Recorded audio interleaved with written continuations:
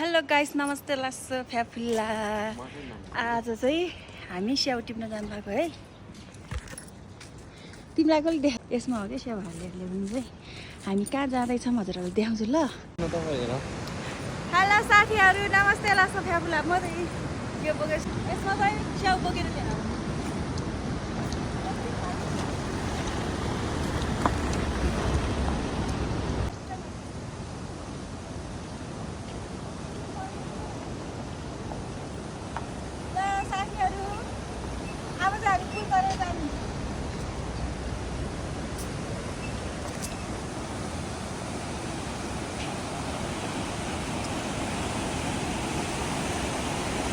नीलगिरी हिमाल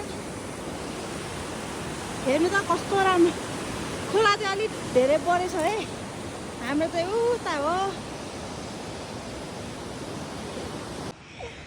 ल साथीहरू, हामी चाहिँ पुल तरेर आइसक्यो है। वारी आज चाहिँ अलिकति टाढा छ नि त, अनि त्यही भएर गाह्रो छ हौ जिन्दगी। हिँड्दैछौँ साथीहरू। अब चाहिँ गेट आउँदैछ है। अहिले यो गेटमा थाहा छ बाउको बिहे देख्छ। किन भन न, गाह्रो छ कि। ओहो हेर्नु त, अहिले आउँदा कस्तो गाह्रो हुन्छ।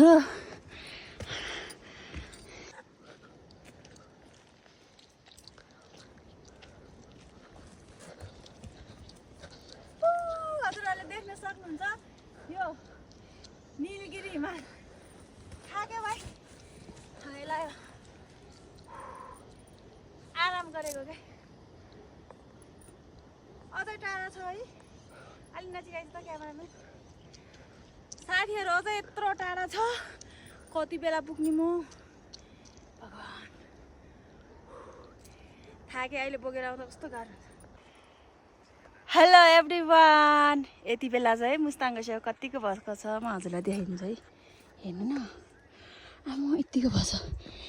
यो चाहिँ म स्याउ लिन जाने बाटोमा पर्छ है। हेर्नु त, ओ माई गड, यतिको चाहिँ भएको छ है। बाटोको त सबैले टिपेर खाइदिन्छन् क्या। हेर्नु न, यतिको भएछ है। हेर्नु त, रातो स्याउ।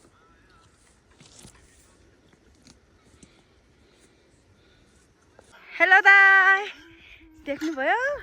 दाई आउनु भइसक्यो। दाई हामीहरू अहिले स्याउ टिप्न जाँदैछौँ।